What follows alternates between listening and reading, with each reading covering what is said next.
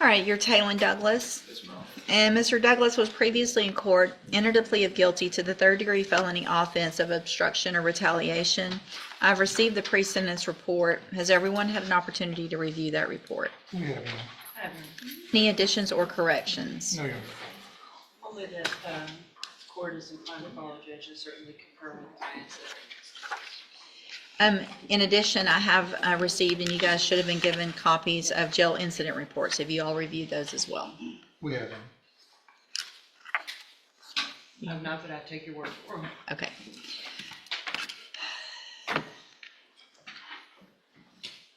You don't like to follow rules, do you? I follow the rules. You do? You've been following the rules since you've been in jail? Kinda.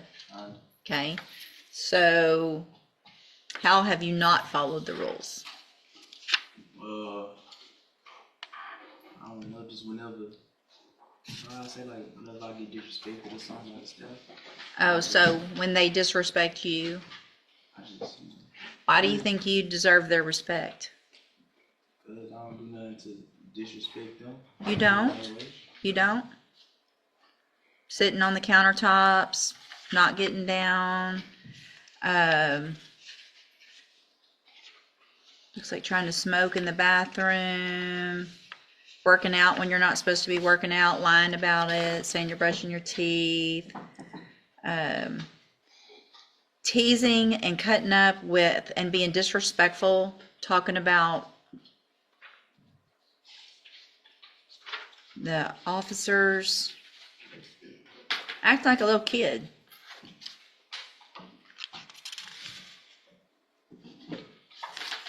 Taking food when you're not supposed to.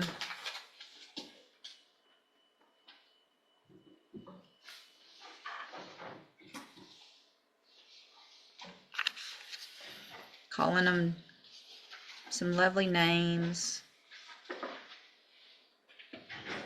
B word.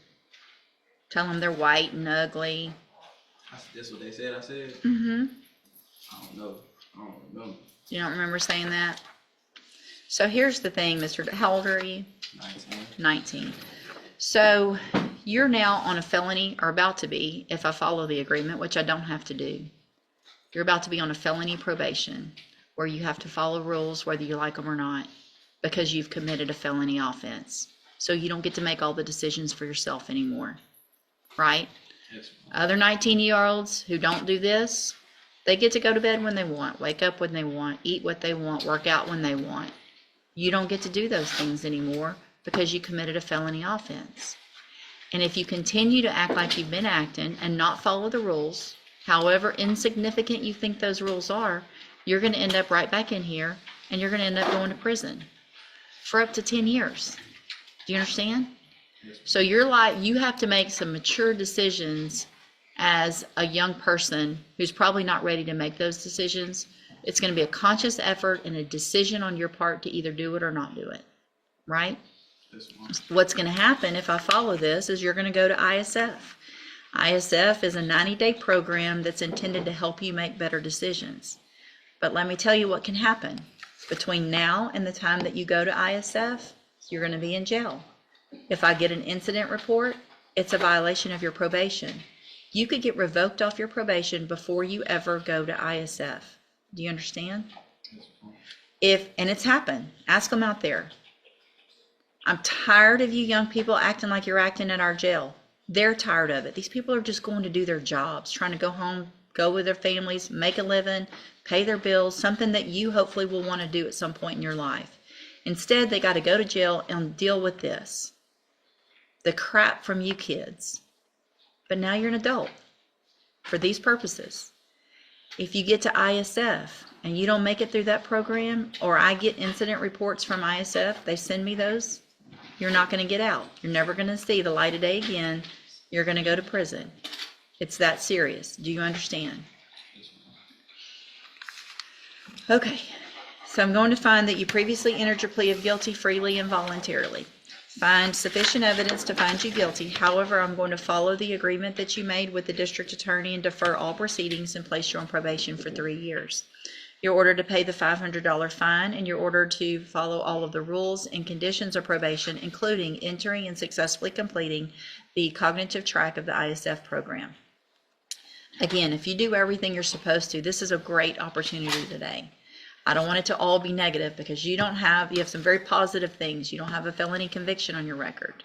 If you're a convicted felon, it changes your life in so many negative ways. You're not going to get certain jobs. If you want to go to trade schools or school or anything like that, or college, you're not going to be able to do certain things, live certain places, all of that. So you still have that opportunity. And if you get everything together and you follow the rules, at the end of your probation period, the case is dismissed. You will never have a felony conviction. This is the chance of your lifetime to change it and live like the rest of us live, okay? The other side, though, is if you violate any condition of probation, you'll be brought back into court. You'll be found guilty, so you would be a convicted felon. And then the punishment can be anywhere in that range from 2 years up to 10 years in prison. You understand? All right, I'm handing you the trial court certification that shows this was an agreement that I followed, and so you've waived your right to appeal. Again, I know there's other people out there, there's other young people that are acting up. It's going to be up to you to say, I'm not doing it. I don't want to go to prison. All right? All right, you can go back with the bailiff. Yes, ma'am. Hold on a second. Before he goes, Judge, in light of the fact that you are giving him an opportunity after deferred on the felony, in reviewing of his incident reports from the PSI themselves and his juvenile history, which is quite extensive. Yes. It is my intention to proceed, obviously with a plea bargain offer on those misdemeanors, but I think it would be important, at least with several of them, to have those on his record so that if he is back, we kind of know what we're doing there. So you won't be able to go to ISF until you take care of those misdemeanors. They'll bring you over on a jail day to get those taken care of. Ms. Molfino will talk to that prosecutor. If you enter pleas on those, great. If you decide to go to trial, then you'll just have to wait to go to ISF until those take care of with the trial, okay? Also, I do want to make sure a condition of your probation is that you are not allowed to be in the possession of a firearm of any type. That means in a vehicle with anybody with a firearm. That means at a house where there are firearms. You are not allowed to be anywhere where there's firearms. If you're living somewhere where there's firearms, you either cannot live there or they have to have those out of the house or locked where you cannot have access to them. Do you understand? Okay, you go back with the bailiff now. Okay, so I would, They're not new cases in this court, no, but he picked up some new cases. okay. So we already went through, all right, are you Roderick Randall? Yes, ma'am. And so did I just reset it, or did I? Hi. What did So in August, Your Honor, he pled true, and I think at that time we were looking at ISF as our agreement. It was reset for an updated report. Then we discovered he had Yeah. two new misdemeanors that occurred in August. And so I Right. filed a first amended motion October 22nd. Okay, So we need to go through We need to that. enter pleas to that, and then we have an agreement if the court's okay with it. Okay.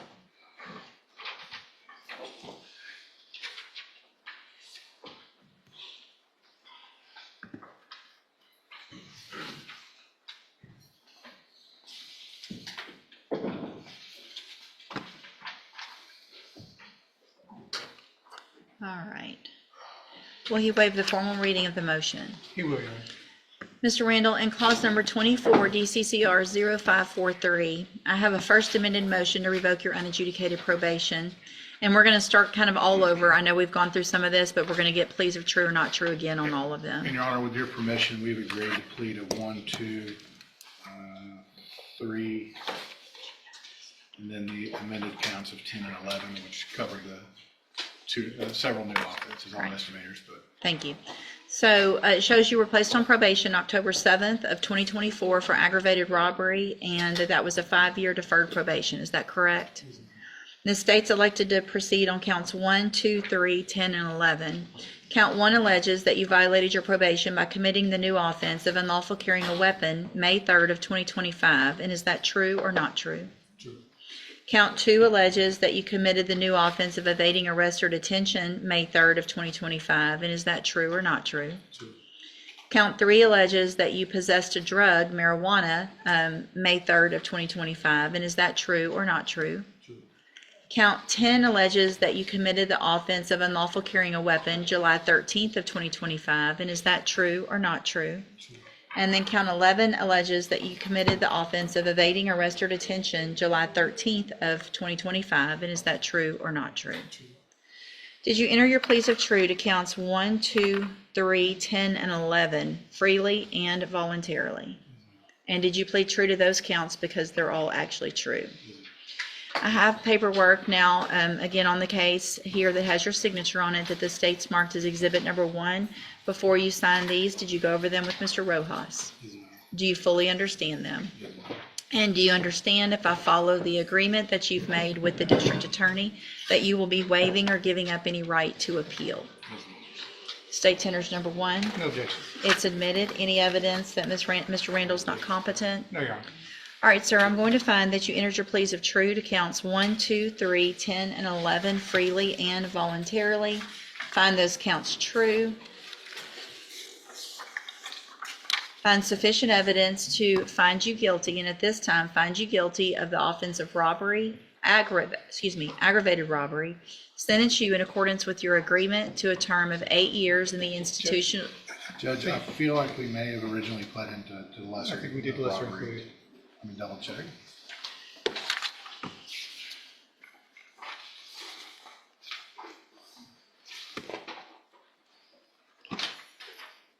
And it may be because he's one of several co-defendants in that case, and I know at least one of them was pled to the lesser. I asked that we did plead into a lesser included robbery back in August of '24. That's correct, Judge. I'm looking at the PSI. Let me double check with the paperwork, though. Hold on just a second. Can you pull up the original? Well, never mind. It'll probably be in here. Never mind. Hold on. It was pled down to judge robbery. Okay. Does the state want to? Yes, Your Honor, I'd ask that I be allowed to amend the motion to take out aggravated, reflect the original. Any objection to that? No objection. So I'm going to go back, and just to make sure the record's clear, what you're on probation for is the lesser included offense of the second degree felony offense of robbery. So it's not aggravated, it's the second degree felony. And I'm going to make that modification amendment here on the motion with, let's see.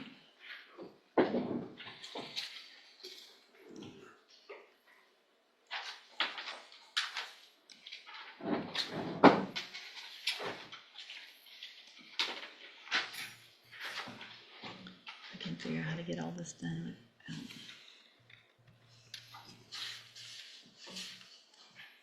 Okay, so that being said, I'm going to find you guilty based on the pleas of true to counts 1, 2, 3, 10, and 11. Find you guilty of the offense of robbery. Sentence you in accordance with your agreement to a term of 8 years in the institutional division of the Texas Department of Corrections. You will receive credit on that sentence for any time that you've been in custody that the law gives you the right to receive. I'm handing you the trial court certification that shows this was an agreement that I followed, and so you've waived your right to appeal. I have also handed you a written admonishment regarding your ineligibility to possess a firearm or ammunition. Because of the judgment entered against you, you're ineligible under Texas law to possess a firearm or ammunition. Possession of a firearm or ammunition could lead to charges against you. Firearm is a legal term, and you should read that written admonishment I provided you to see what devices qualify as a firearm. If you have questions about the laws that make you ineligible to possess a firearm or ammunition, or about how long that lasts, you can talk with Mr. Rojas. All right, good luck to you, sir. You can go back with the bailiff. Thank you, Your Honor. All right, court's just going to just need about a 5-10 minute break. We'll be in short recess. All right, court's in recess. Denzel Spikes. Okay, you're Denzel Spikes. Yes, Will your client waive the formal reading of the motion and the indictment? he does, Judge. Judge, we'll just proceed on count 1, on allegation number 1, we'll ban the rest. That is the condition. Mr. Spikes, in clause number 25, DCCR 0921, you're charged with the second degree felony offense of aggravated assault with a deadly weapon from April 29th of 2025. And how do you plead to that charge? Guilty. Are you pleading guilty freely and voluntarily? Yes, ma'am. And are you pleading guilty because you did what they've charged you with? Yes, ma'am. I have here on the tablet some documents in that case that have your signature on them that the state's marked as exhibit number 1. I'm gonna need some explanation. On, The punishment, on his 3, Judge, he's on probation for aggravated assault with a deadly weapon, commits another one. just, the newest one was not as egregious as it seems. It was a kind of a mutual combat, but we, Okay, let me look at the, therefore, we're proceeding on that with the lower offer due to the nature of it, but not to continue him on probation.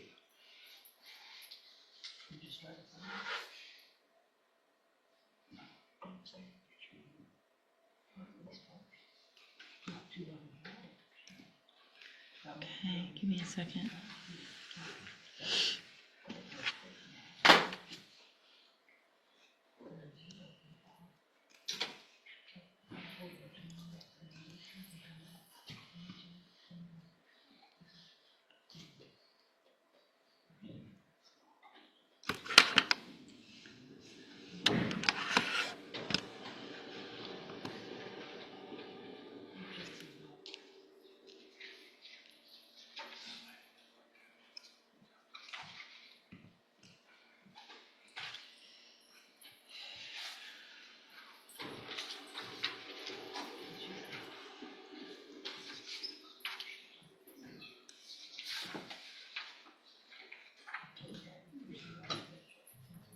So give me just a second, I'm going through a couple things.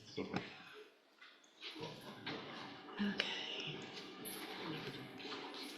All right, so I have, again, some paperwork here that has your signature on it. Did you go over that with Mr. Lewis? Yes, ma'am. Do you fully understand it? Yes, ma'am. And do you understand, if I follow the agreement that you've reached with the district attorney, that you'll be waiving or giving up any right to appeal? Yes, ma'am. Do you also understand, if you're not a U.S. citizen, that a plea of guilty or no contest may result in your deportation, exclusion from admission to the country, or denial of naturalization under federal law? Yes, ma'am. Look at one more thing before I do this. Let's see, 24.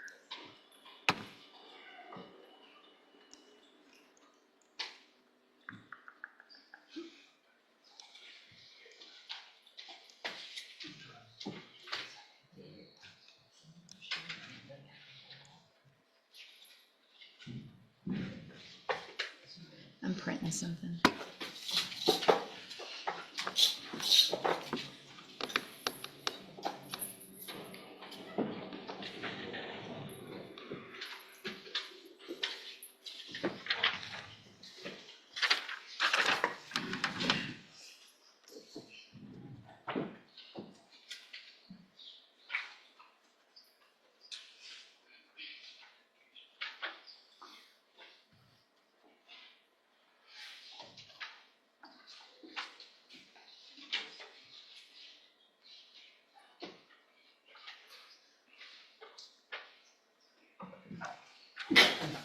Bless you. I'm just looking now at the PC from the original case.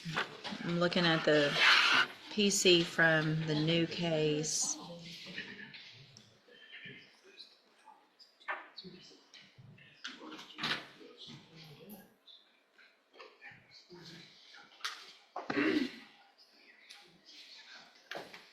Let me see if I can go back.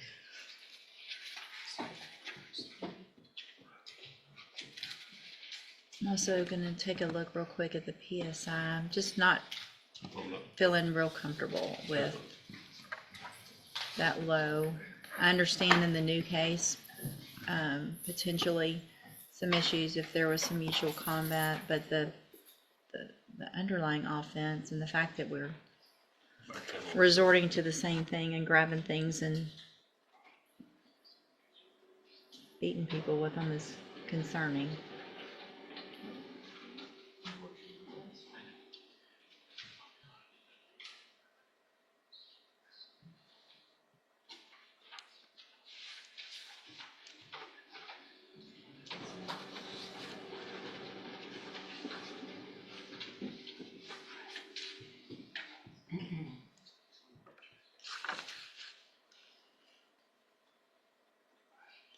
No criminal history.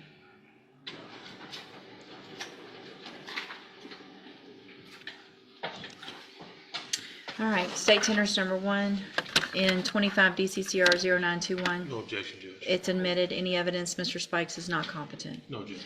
All right, sir, in cause number 25 DCCR 0921, I'm going to find that you entered your plea of guilty freely and voluntarily. Find that you're mentally competent and you understand the nature and the consequences of that plea. Find sufficient evidence to find you guilty, and at this time find you guilty of aggravated assault with a deadly weapon. Sentence you in accordance with your agreement to a term of 3 years in the institutional division of the Texas Department of Corrections. You will receive credit on that sentence for any time that you've been in custody that the law gives you the right to receive. In cause number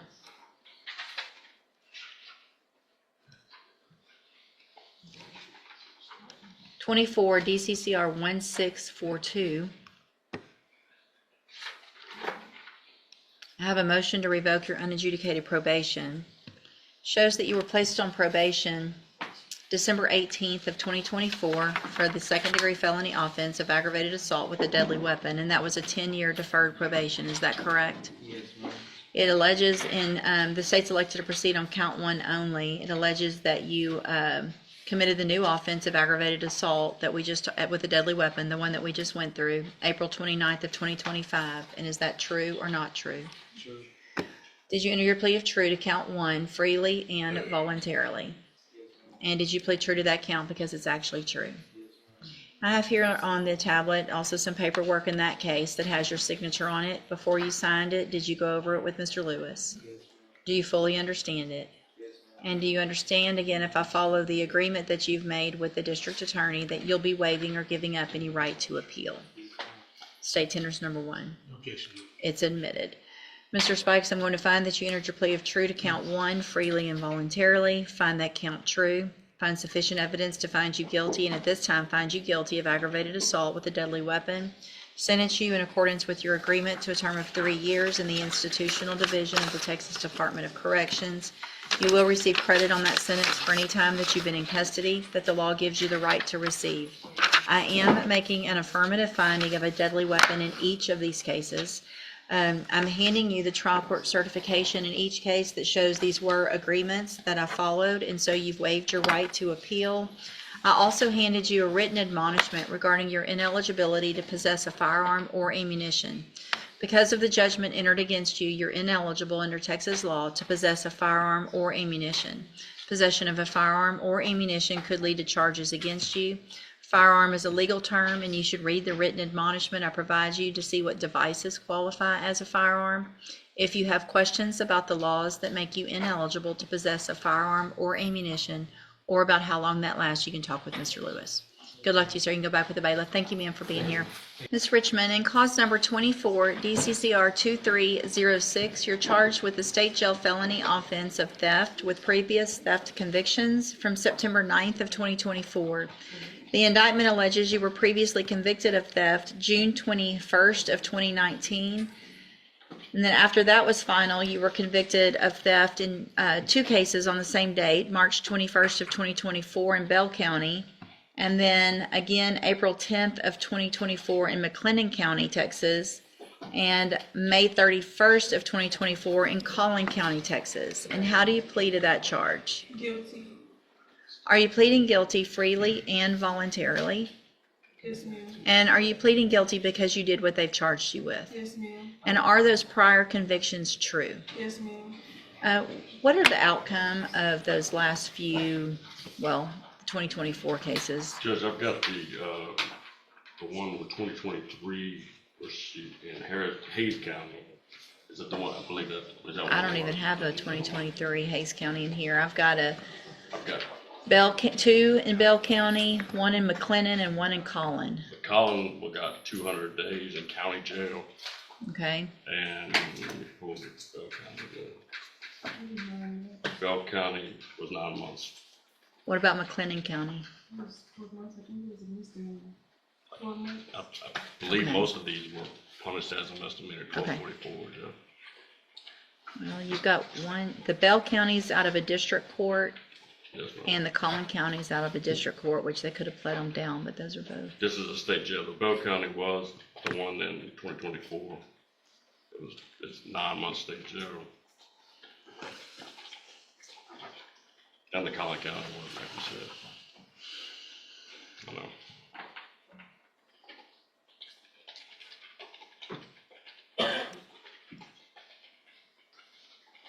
The Collin County was a 1244 to be specific, Judge. Okay.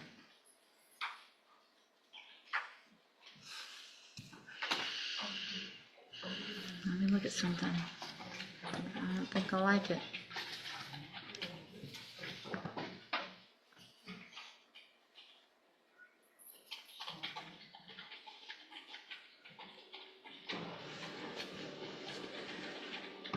God, these are so hard to read. I'm printing the PC, I can't see it.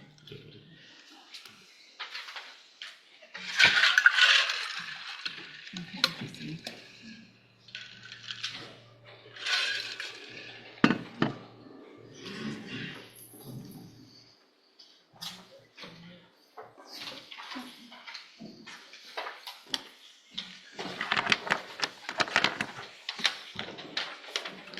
So there's a case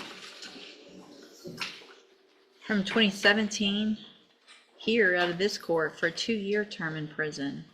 What was that for? No, I had, 2 years probation, and then when I went to jail, I had got some jail time with a 1224A. I don't know how much it was, but. So what I'm looking at here, which is even more than what's included on that indictment, Yes, ma'am. shows a 2017 conviction for theft here in Jefferson County, a 2023 in Collin County, a 2023 later that year in San Marcos. Hayes County. I was Hayes in jail County. that whole time. I don't care if you're in jail. I care that you're continuing to steal, and that I'm not sure that this deal that you've made is sufficient for what I think, for what you've been doing. So we're not talking about a long time ago. We're talking about the last 2 years. So going from literally from county to county to county. So we've got Collin County, Hayes County, then we're into 2024 where there's 3 convictions, one in McLennan County, one in Belton County, one in Kaufman County. And we're back here with an offense date. So the offense date here was 9/9, which is actually of 24. Yes, ma'am. Okay. So at least that one was before the Kaufman County. So you went from here and then you traveled to Kaufman County within 3 days, got another case there. Or at least you had it before and that was the conviction date.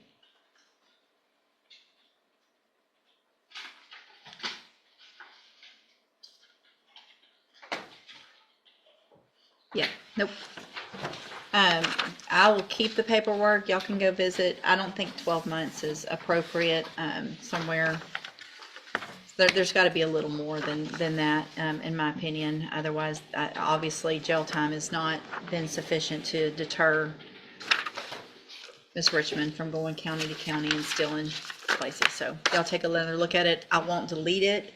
So if y'all come up with something, I can make that adjustment. If not, if you need some time, I'll reset it and then y'all can talk. Yes, ma'am. All right, you're Andre Williams III, and this is the second. I'm sorry, the second.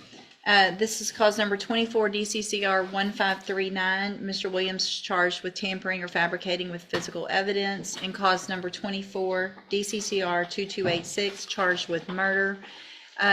We're here on an announcement. Mr. Vasquez has also filed a request for me to attach some records, some Social Security records. Yes, sure. I've signed an order already ordering those, and they're not complying, Social Security Administration, with. Your Honor, you signed an order on September 8th, and I sent it certified mail to the regional office in Dallas. Someone received it there on the 24th of September, but I never got a green card back or any return receipt. And this is the next step I took. I would have just asked for more time, but I thought I'd better file the application for a writ. So I guess my question would be, if I sign an order for writ,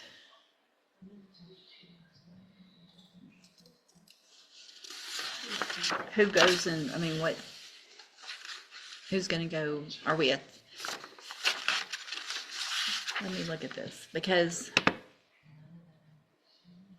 Big burly Dallas County Sheriff goes and does it, grabs them. grabs the paperwork or the person? I guess that's what the question is, because there's a hearing request regarding attachment. Is there a motion for the attachment of the person or the records? That's what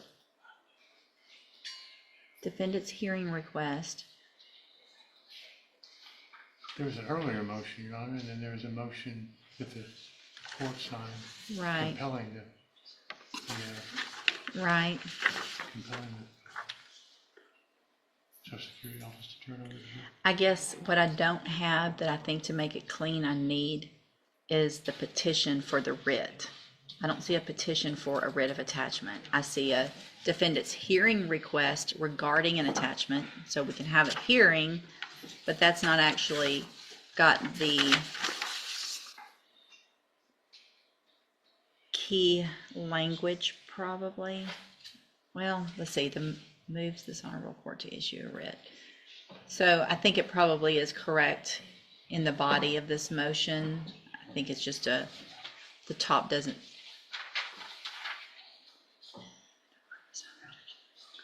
Mr. Nichols, Judge, I don't have a problem proceeding with this as a application for a writ, because I think the language says that. attitude, what is the, I mean, without getting into, I guess, a lot of information, but the necessity with regard to getting these specific records, is this something that, with regard to the relevance in the case?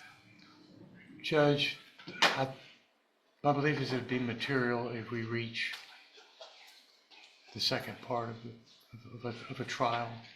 It's The second part, punishment, if he's found guilty? Okay, you can say the words. Mitigation Yes, evidence thank you, and Your a Honor. Mitigation. punishment hearing? And Okay. All right, so I'm gonna grant.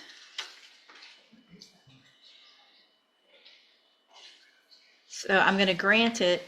I do think, however, I need a more specific, so the order is just saying that I'm granting the writ. I need a writ now prepared of attachment that has all the specific information in it that will go to Dallas County.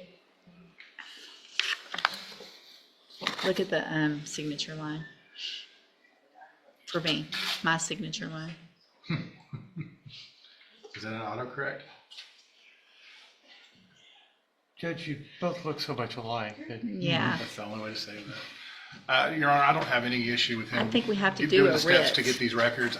Yeah. I don't want to keep delaying setting this for trial. No, I if don't- That's where we're headed. I think we've already agree. done a rejection of an offer. So let's do this. I'm going to go ahead and place it on the trial docket. I'm going to grant the writ, so you should be able to hopefully get somebody to go work on getting those documents. If something happens and you can't, and there's some issues, obviously just let me know. We'll get back in here. But I need more than just this order. I need a writ of attachment that has your, Dallas County, your order to go get X documents from blah, blah, blah. Obviously, it needs to say something different than that. It needs to say what you want from them specifically, where to go, address, custodian of records, all of that needs to be in a writ. And then we will get that to us filed, and then we'll get it the appropriate way where we need to. We just haven't done these very often, so I'll look up exactly how to do it, but I think I need the writ itself prepared. I'll try and get the right signature line this time. Thank you. Make that adjustment on there too. Please All tell me right, I'm not the you can first go one back with the do bailiff. that. All right, ma'am, are you Destiny Williams? Yes, ma'am, I am. Will your client waive the formal reading of the motion in each case? You will in each case, Your Honor. And Judge, just for a little bit of procedural history, because it took Mr. Burbank and I a second to figure it out.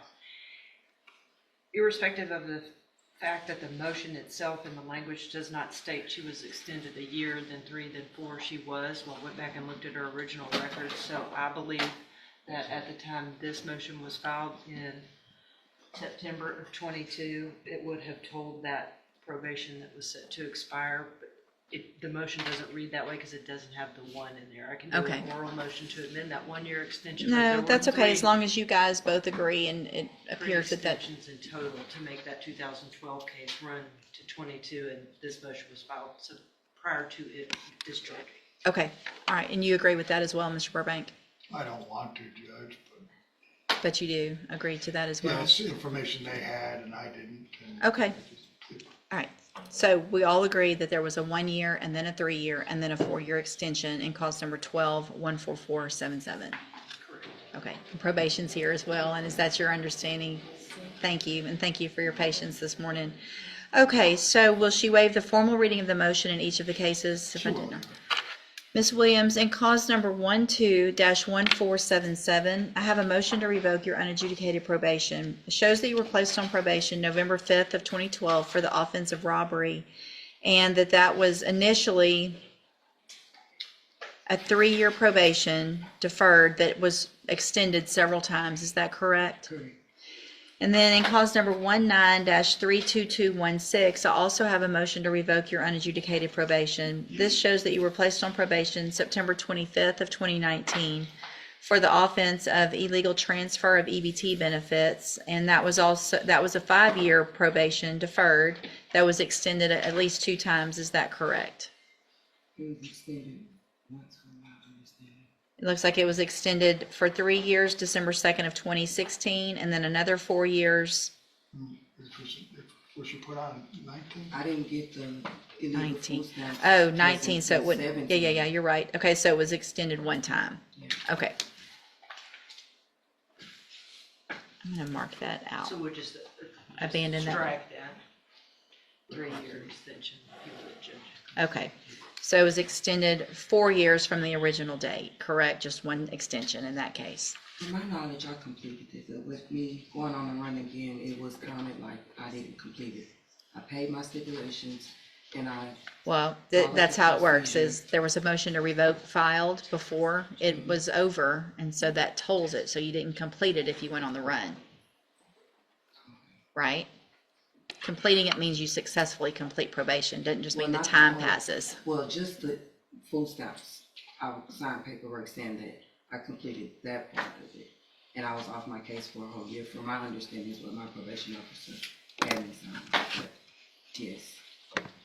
So probation's here. Ma'am, if you'll just please state your name for the record. Alexandra Robinson.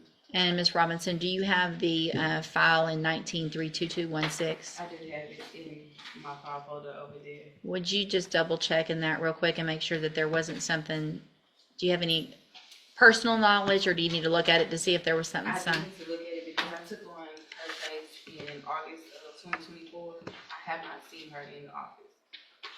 So a lot of these things would be from her previous offices, Well, but I can look in the file. I'm looking back, and it would be in my file as well if there was a dismissal of the motion. I mean, if the case was satisfactorily completed. So, no, you got on probation September 19th of 2019. There was an order of deferred adjudication. There was an administrative hearing in August of 2022. A motion to revoke filed in 2022. And here we are because you've been gone. So your probation obviously wasn't over. Okay, we're good. Okay.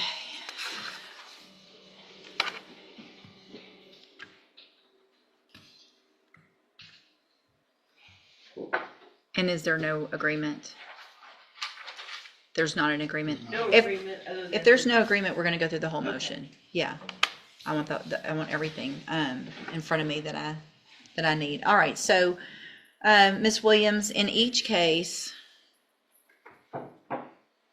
count 1 alleges that you failed to report to the Jefferson County Probation Department as ordered March 10th, April 29th, and May 31st of 2022. And is that true or not true? True. Count 2 in each case alleges that you failed to report for a judicial review August 22nd of 2022. Is that true or not true? Count 3 alleges that you failed to work faithfully at suitable employment and provide verification of that to probation. Is that true or not true? That's half true. She wasn't reporting, so she couldn't report that she was working, but she had employment, which would probably cost. And provide verification of it. That's right. So did you provide verification of it? Of working? If you weren't going to probation, then I'm assuming you did not. Right. Okay, so is that true or not true? True. Count 4 alleges that you failed to immediately report to the probation officer your change of address. Is that true or not true? Is that not true? It's not true. That's not true? It's not true. Okay. Count 5 alleges, count 5 in cause number 19-32216 alleges that you failed to provide verification of performing your community service hours as ordered. Is that true or not true? Did you do all your community service hours? No, I didn't do all of them. I was pregnant like almost every. It's true or not true? Did you fail to provide verification? This is in the illegal transfer of EBT benefit case. What about it? It alleges that you did not provide verification of performing the community service hours as required. Is that true I or didn't not complete true? all of my community service, but I was doing. Is it community true service. or not true? It's not true. Okay.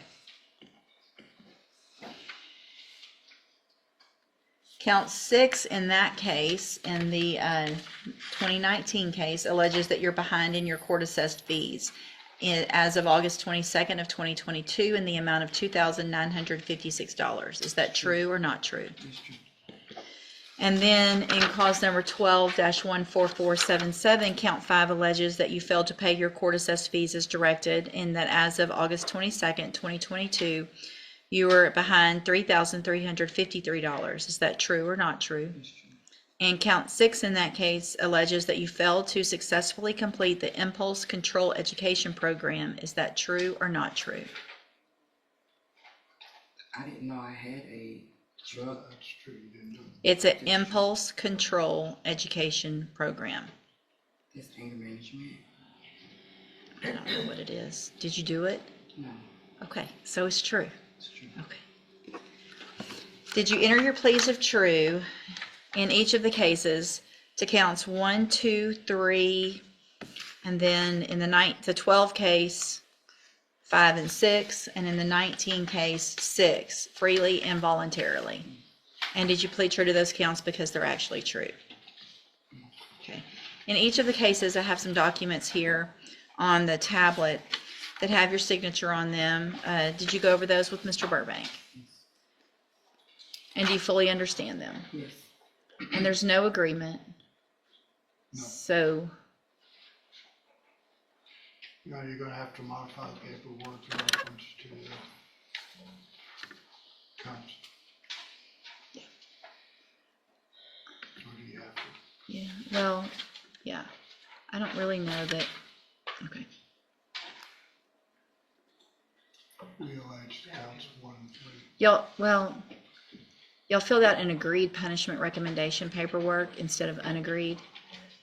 So that's an issue because it's not agreed.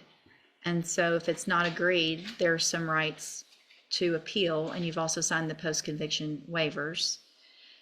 So, Well, we agreed on the 1 and 3, that's probably the reason why we did. I did. but if you're leaving it up to me, I want to know how she's done on probation. Well, I thought you would get that in reference to the PSI report. But I want to know if she takes responsibility or not. I mean, I need to know all those things. So, okay. I'm going to mark through the post-conviction waivers because it's unagreed. I'm just going to write unagreed here, so we don't have to do it over. And I'm going to write it's not a plea bargain there. State tenders number 1 in each case. Did I already do that? No objection, statesman. It's admitted in each case. Any evidence that Ms. Williams is not competent? No, yeah.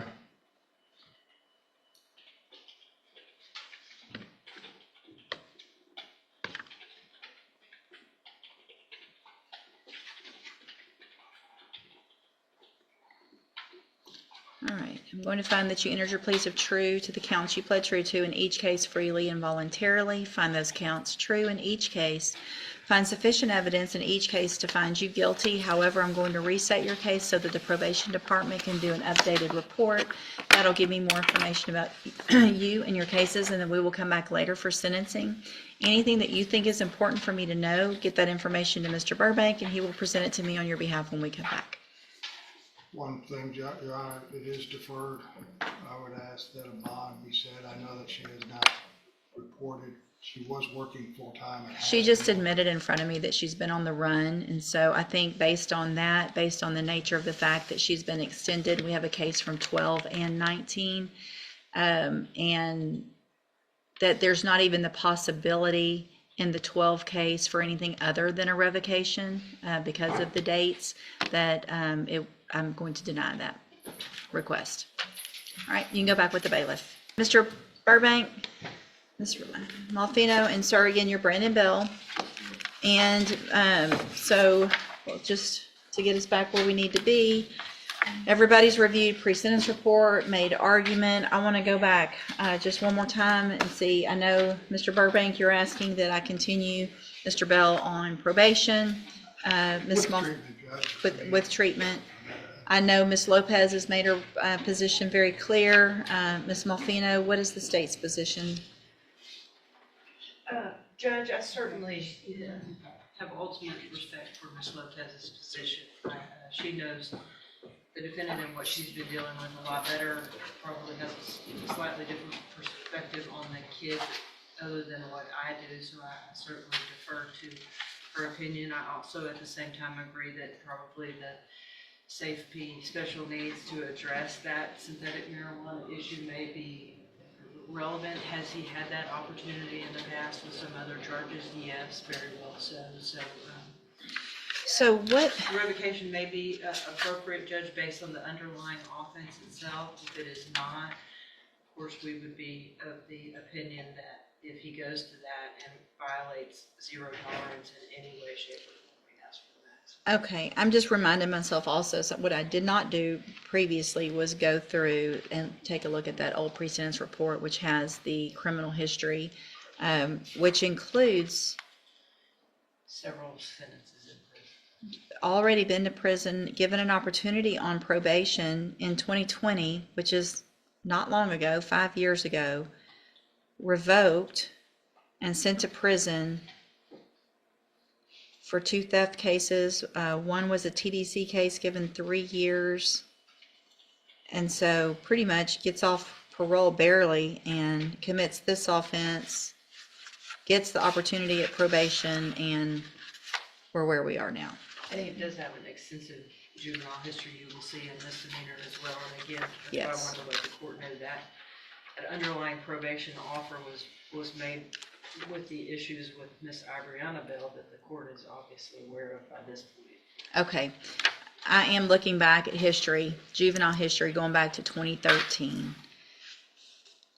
Assaults, violation of court orders that look like it should have ended up in Texas Youth Commission. For some reason, they kept putting you on probation all the way until 2018, when you apparently become an adult. Then you start getting felonies and misdemeanors, get probations on all of those. Those are revoked. You beat the mother of your child while she's pregnant. You get a 5-year deferred probation, and you don't take advantage of that probation. I feel like at this time, what Ms. Lopez said is absolutely correct. You are a danger to your children, you're a danger to the menace to our county, and have been since 2013. Just one thing. Do you know when his mental health was discovered? Or wasn't it? Probably when he started using synthetic marijuana. So at this time, I'm going to find that you entered your plea of true. So you were previously in court, entered pleas of true to counts 2, 3, 4, 6, 7, 9, and 10. And then today, I am going to make a finding of true to counts 1 and 8 based on the testimony of Ms. Lopez. I'm going to find sufficient evidence to find you guilty, and at this time, find you guilty of aggravated assault with a deadly weapon. I'm going to sentence you to a term of 12 years in the institutional division of the Texas Department of Corrections. There will be an affirmative finding of a deadly weapon. You will receive credit on that sentence for any time that you've been in custody, that the law gives you the right to receive. And I'm going to hand you, and y'all need to sign this, trial court certification that shows this was not an agreement. There are some rights to appeal. You can talk to Mr. Burbank about that. I'm also going to hand you a written admonishment regarding your ineligibility to possess a firearm or ammunition. Because of the judgment entered against you, you're ineligible under Texas law to possess a firearm or ammunition. Possession of a firearm or ammunition could lead to charges against you. Firearm is a legal term, and you should read the written admonishment I provide you. Hang on. You should read the written admonishment I provide you to see what devices qualify as a firearm. If you have questions about the laws that make you ineligible to possess a firearm or ammunition, or about how long that lasts, you can talk with Mr. Burbank. You need to sign that, and then I'll get you a copy of it, and then you can go back with the bailiff. I do think that's fair, and hang on to, Mr. Bell, I can go up to 20 years today.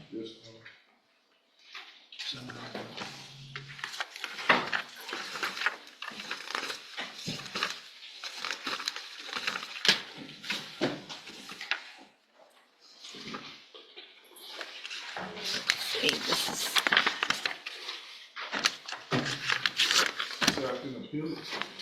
talk to Mr. Burbank about that.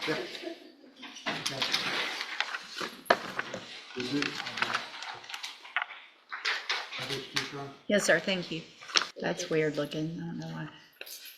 Okay, are you Jamarian Martin? And Mr. Martin was previously in court in cause number 25 DCCR 0196, entered a plea of guilty to burglary of a building. I've received the pre-sentence report. Has everyone had an opportunity to review that report? I have, Your Honor. Any additions or corrections? Nowhere, Judge.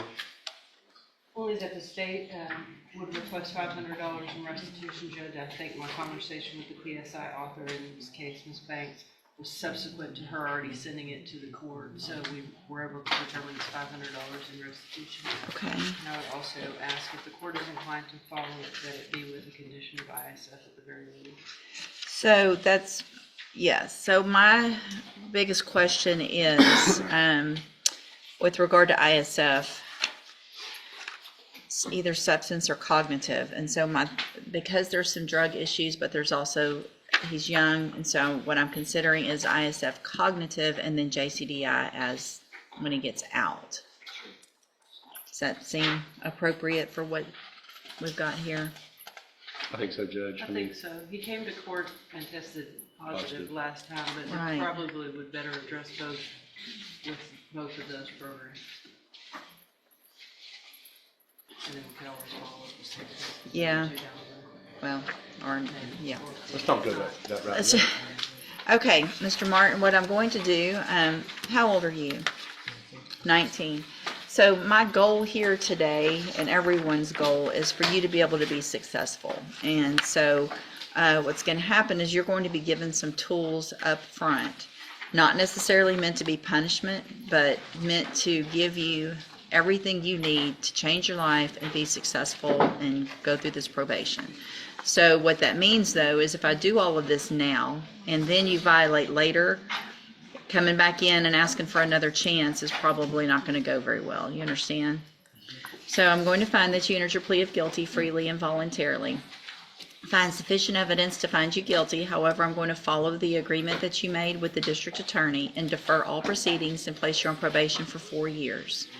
I am going to order $500 in restitution and that you follow all of the rules and conditions of probation.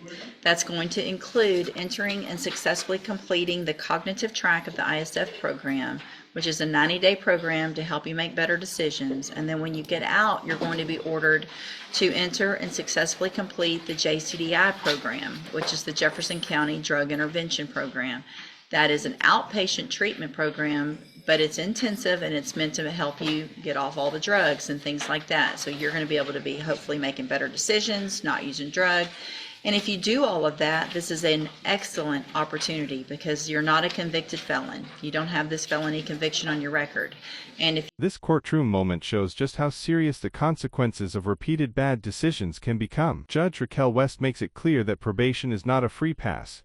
It's an opportunity to prove that you can follow the rules and change your direction. At 19, the defendant still has a chance to turn things around. But the warning is unmistakable: keep violating the rules, and the next stop could be prison. The real question now is whether he takes this opportunity seriously, or ends up back in the same courtroom facing a much harsher reality.